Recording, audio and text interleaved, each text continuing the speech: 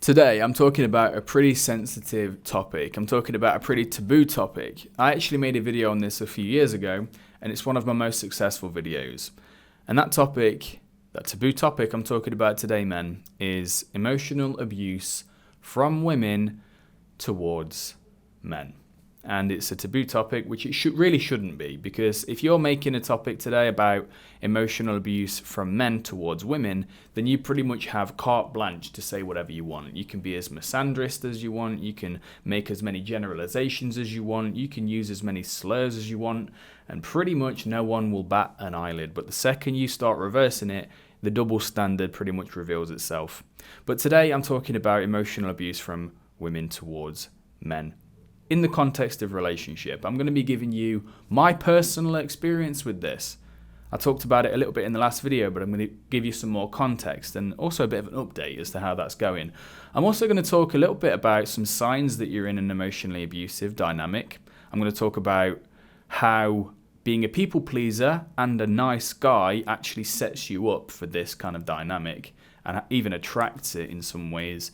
And I'm also going to talk a little bit about how you can overcome this problem. If you are in an emotionally abusive dynamic, which happens way more often than you think, and if you want to avoid an emotionally abusive dynamic in the future so you can have genuinely healthy and fulfilling relationships as a man, then I'm going to help you do that. And if this is your first time on the channel, mate, I want to just welcome you to the channel. Nice to meet you, brother. How you doing? My name is Oliver. I'm a coach, I'm a writer, I'm a retreat leader, and I work with men, helping them become their most unshakably confident and unapologetic selves. So if that sounds like something that you want to do, then consider subscribing to this channel, because more content will be coming in the future. So let's talk about emotional abuse, mate. Let's talk about this pretty dark, pretty intense topic. If you're a man who's going through this right now, if you're a man who's been through it before, I want to tell you, mate, you are not alone. So let's wind the clocks back to a point in time that I'm not particularly proud of. I think it was around 2017. I'm sat there in a restaurant and I'm waiting for my girlfriend at the time, who's now, at this point, 40 minutes late. I'm looking around the restaurant. People are it's a small restaurant. I remember it really easily. People are starting to look at me and they're like, it's very clear that I've been stood up or something's not right, because I've been sat there on my own for 40 minutes. I'm at a table for two. I'm looking at my phone. I'm writing in my journal, but it's like I've not ordered any food or anything. I've just sat there with a drink. So people are starting to look at me a bit strange, and I'm starting to feel a bit self-conscious about it. Starting to feel a little bit ashamed, feel a bit pathetic, actually, to tell you the truth. And I also start to feel quite frustrated and angry, as you would expect, because my girlfriend had not offered any reason as to why she was late. She didn't even message me about it. I messaged her twice asking, like, where are you? And the crazy thing was, at the time, I saw the two little WhatsApp blue ticks, so she read my message, she just didn't respond to me, which I thought was absolutely ridiculous. So but the thing is, as my anger is starting to sort of bubble up, and as I'm considering leaving, which by this point, I'd not even thought about doing, which is crazy stuff, really. But she comes in, she wanders in, casually, as if like, with no urgency whatsoever. She comes and sits herself down. And she notices that I'm frustrated. And I ask where she was, and my frustration must have come through my voice, because then she says, the train was delayed. Why are you getting so upset about this? And she diverted it back to me. Like, my frustration wasn't angry. She didn't apologize for it. She made it seem like the train being late, like there was no reason for me to be frustrated even. So she spun it back on me pretty much immediately. The thing is, what was quite shocking was my response. I felt guilty, and I then apologized for being frustrated. I literally did that. I said, I was frustrated. I was like, initially, I said, where were you? You're almost an hour late now. And she says, my train was delayed. And I, like, why are you getting so upset about this? Why are you getting angry? And I was like, I'm sorry, I didn't mean to get angry. I was apologizing for being angry for her being an hour late. Can you believe that, mate? It's the truth. It's what happened. So then the whole framing was, she kind of like diffused. The situation was diffused because then she forgave me for being angry. Now, mate, I wish I could say to you that was an isolated incident. But the fact is, man, that was pretty much the entirety of the relationship. That kind of stuff, that kind of dynamic characterized the entire relationship. Now, what I'm going to do here is I'm going to tell you a few of the signs that I now looking back knew that I was in like an emotionally abusive dynamic, and I was playing into that. And these also will double up as signs that you are also in an emotionally abusive dynamic yourself. And it's important that you realize this so you can avoid it in the future. Or if you're in a relationship right now that's really, you're not sure about it, maybe some of these signs will sort of trigger a red flag for you, as they should do. So the first thing is, I was guilty. I felt guilty for pretty much everything. I felt guilty for absolutely everything in the relationship. It was really weird. No matter what the situation was, I felt like I constantly had to walk on eggshells. You know, she was very emotionally volatile. So I'd like walk on eggshells and feel guilty for having feelings. I'd feel guilty for everything. This one's actually quite difficult to explain. This weird pervasive sense of guilt that I basically have to apologize for everything. And I was never really grounded. I was kind of just always off center, constantly apologizing for things I'd done, for things I'd said. I was constantly emotionally reactive to her. If I sent a text and she didn't respond very quickly, I then would be very sort of guilty about, oh my God, did I say that right? Did I annoy her? Did I piss her off? Everything in the relationship was my fault. Like if there was a problem, it was my fault. If we had been, I don't know, like if the food in it, even once if the food in a restaurant wasn't so good, all of a sudden it was my fault because I didn't speak up against not choosing this restaurant. There was no responsibility and accountability from her side. It was pretty much all about me and my issues. If I had strong feelings, it was all of a sudden not anything to do with her behavior. This is the storyline. It was always to do with me and my wounding and my issues, and how, like, no matter what happened, it would never be anything related to her and what she did. She would never apologize for anything. She'd never take responsibility for her actions at all. It would always be spun as evidence of something broken in me, or something wounded in me, or something in therapy I'd not dealt with yet. And she really played upon this, and I kind of fed into it because I'll talk a little bit about that later, about why I kind of played into that. One other thing that she would often do is she would use affection as a bargaining chip. So she would sort of, she'd withdraw affection in sex at very strategic times, looking back, which would kind of keep me on the line. She would withdraw sex and affection if we had not even an argument, just like a discussion that didn't go so well. I just pretty much would know after that I would have like days or weeks even without sex or without affection, and she'd go very stone cold on me, and she'd sort of alternate going stone cold with me with love bombing in kind of like this weird yo-yo effect. And this would keep me on the line. It would keep me sort of hooked up to her. It would keep me on this craving this validation cycle, almost like I was hitting the one-armed bandit in a casino. You know, like the slot machine. Sometimes I'd win, sometimes I'd lose, but I'd always be engaged in the process. She would stonewall and give me days of silent treatment if I stepped out of line, right? If I said something wrong, or if I didn't do something she wanted, if I didn't word something correctly, if I didn't feel a certain way, and all these expectations that she would have of me were all unspoken, right? The communication was practically non-existent.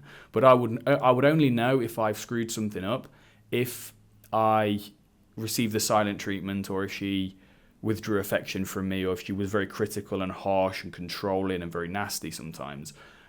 I wouldn't ever realize if I'd done something wrong, and then I would be left for days having to guess what I did wrong. There would be no communication either way. And then if I would ask specifically, like, did I say this? Did this upset you? It would be very rarely, if ever, actually, I don't remember a single time when this actually happened, where she'd be like, yeah, what you said upset me. It'd be more just sort of like, well, you should know that. You should have figured that out. Well, you tell me, and I was like, wait, what?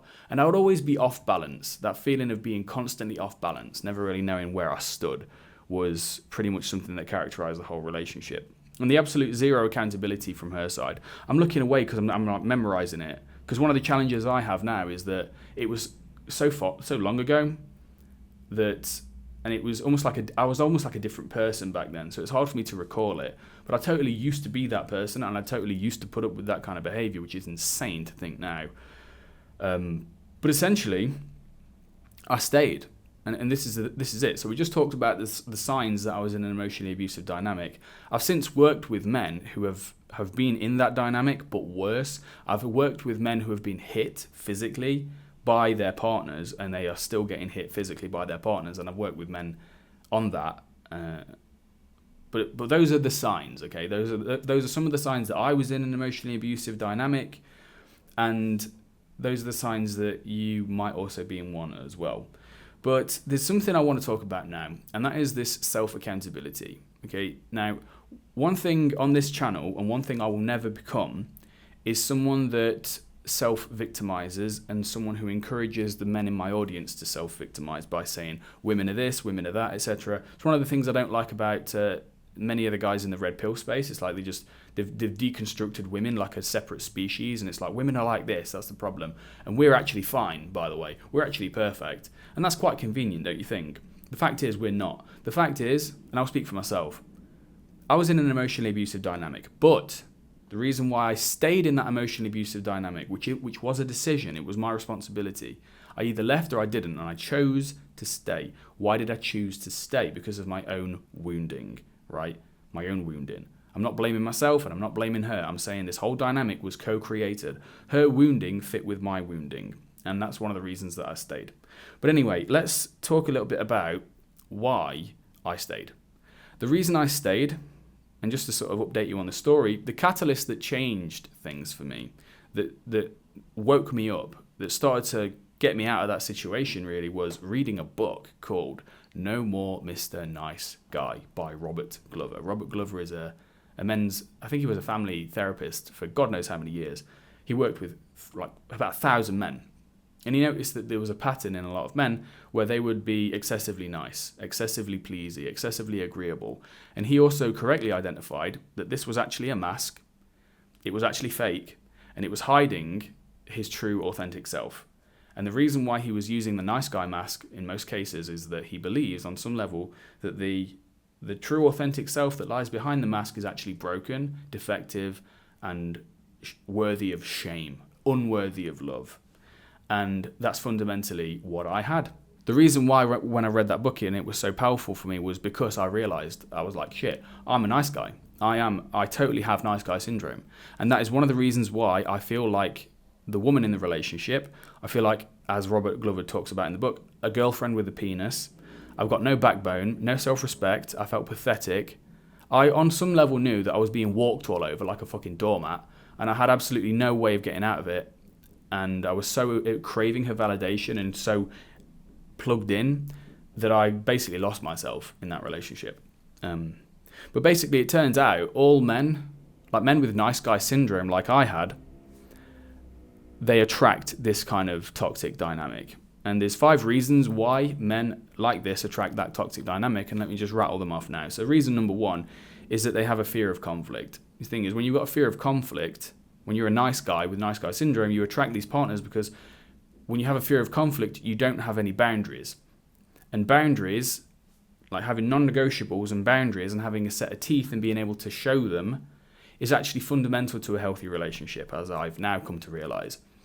If you can't set boundaries and show your teeth and assert yourself, then you'll basically just be wishy-washy, and you'll basically be this chameleon that changes himself to suit the other person. And that attracts manipulative people, because manipulative people aren't looking for a relationship with a real human being. They're looking for a subject. They're looking for someone to give them a kind of sense of emotional supply without any of the responsibility or the challenge of a relationship. So a man without boundaries and has a fear of conflict doesn't present a challenge, which emotional abusers will zone in on really, really quickly.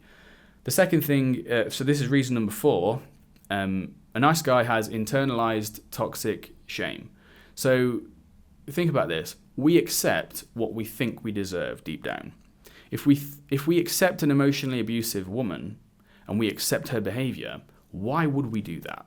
why would we accept emotionally abusive treatment? Because the only explanation for this is that we believe on some deep level that we deserve that treatment. And that's very sad, but I totally believed it. On some level, I thought, I don't deserve any better, basically. It's very heartbreaking when you actually really think about it, but it's totally true. That's what I believed. So reason number 3, craving validation. So when you have nice guy syndrome, the reason why you're such a nice guy and you've adopted this mask is essentially to be liked by everybody, to create smooth, problem-free relationships with friends, with family, with complete strangers, with the world, and it's an absolute train wreck because it doesn't work, because relationships are naturally very chaotic, full of conflict, full of messiness, full of awkwardness, full of vulnerability, all the kind of stuff that a nice guy does not like. Okay, so when we do this because we crave validation on such a deep level. We crave the validation that we did not get when we were children. Simple as that. Okay, so when we're in a relationship, they've basically become our surrogate parents. We're trying to get the validation from our partner that we didn't get when we were kids. Now this leaves us open to abuse because, again, it comes back to the boundaries question. If we crave validation from the other person more than we value our own self-validation and our own sense of self, then it gives them a free pass to behave however the hell they want. And it means that we will stay in that toxic sort of gambling cycle of like, oh, I've won her affection, oh, I've failed, etc. That's why the only reason I stayed in that dynamic of being like a gambler is that I crave validation far too much. And the second, this is reason number 2 now, 2 out of 5, is the unhealed childhood wounding, right? One thing that's very, very kind of strange is we tend to attract partners and situations that mirror our childhood wounding, right? Sigmund Freud calls this the repetition compulsion, okay? So if we've experienced the kind of toxic dynamic as children of neglect, abuse, abandonment, not having our emotional needs met in a timely, judicious manner, etc., then we are likely to play that out in our adult relationships. Okay, our adult relationships are an echo, when we're not aware of it, of our past trauma and our past wounding. So the thing is, we attract partners whose wounding matches our own. We kind of fit together. And what I did in this relationship in question is I attracted a woman who was just as critical and harsh as my father, just as distant as my father. It's kind of weird to think that a relationship with a woman reflects, our the sort of connection I had with my dad growing up. But it's what we learned. We learned that from a young age. So I was kind of acting that out in a kind of unspoken conspiracy. It's like she was acting out her wounding in some way, and so was I. But we weren't talking about it, and we weren't even aware of it. But we were aware of this sort of toxic, weird dynamic. And finally, the final reason why nice guys, men with the nice guy syndrome, attract toxic partners really in toxic relationships is that they have a very weak sense of self. They're like a social chameleon. A nice guy will basically morph and change and contort himself into whatever he thinks the other person wants him to be. Okay? So without this sort of strong sense of self, instead of having a grounded sense of identity and a sense of who you are, then basically you become a target for emotional manipulation, you become a target for emotional abuse, you become a target for narcissistic partners, because, as I said earlier, these people aren't looking to be in a relationship with a whole person. These people are looking for a subject. They're looking for someone to give them emotional supply with no challenge and no accountability and no responsibility, right? Because often these people don't have a very strong sense of self themselves, so they can't take challenge, they can't take change, they can't take the transformation. They don't want that. A healthy relationship will challenge you and drag you sometimes into the depths of yourself, where you have to look at yourself. But emotional manipulators and abusers and stuff, they don't want to do that. They're not interested in that. They want the emotional supply with another challenge. Okay? So I've talked about some signs, I've talked about my story, I've talked a little bit about the reasons why being too nice, having nice guy syndrome driven by toxic shame, makes you a prime target for these kinds of relationships. Now, what is the solution? I'm not just going to leave you hanging, mate. Well, the solution is you commit to stepping onto the path of becoming an authentic, unapologetic leader of your own life. You commit to the path of recovery, mate. There's no two ways about it. You commit to becoming aware of how your past shaped who you are now. You commit to becoming aware of your negative patterns that aren't serving you anymore. You commit to building a deeply healthy, loving relationship with yourself and healing toxic shame. You commit to uncovering the negative beliefs you have about women, life, sex, reality, everything. You commit to that. You commit to starting to drop the goddamn mask of niceness and embracing what's underneath it. And you commit to start taking bold action, learning assertive communication, setting clear non-negotiable boundaries, having uncomfortable conversations, and stepping into conflict. That's the only way, man. That's what the path of healing looks like. And that's actually what the path I take, that's literally the blueprint. That's the path that I take men through in the Pleaser to Leader program. It's a 12-week program. I work with you one-to-one on a call every single goddamn week to help you in 3 months become the authentic leader of your life again. So you can avoid toxic relationships, and if you're in one right now, you can either set boundaries, regain her respect, or kick her ass to the curb if she is still being narcissistic, abusive, toxic, etc. Because you deserve better, mate, fundamentally. Yeah. So if you're interested in that, then feel free to click the link in the pinned comment down below. Check out the details. It's all on the page. Check it out. Book a call with me and we'll talk about it. All right. Have a good weekend, brother. I hope this video was enlightening, was useful for you. Difficult topic, but I'm glad you watched it. And take care, mate. And I'll see you in the next video. All right. Peace.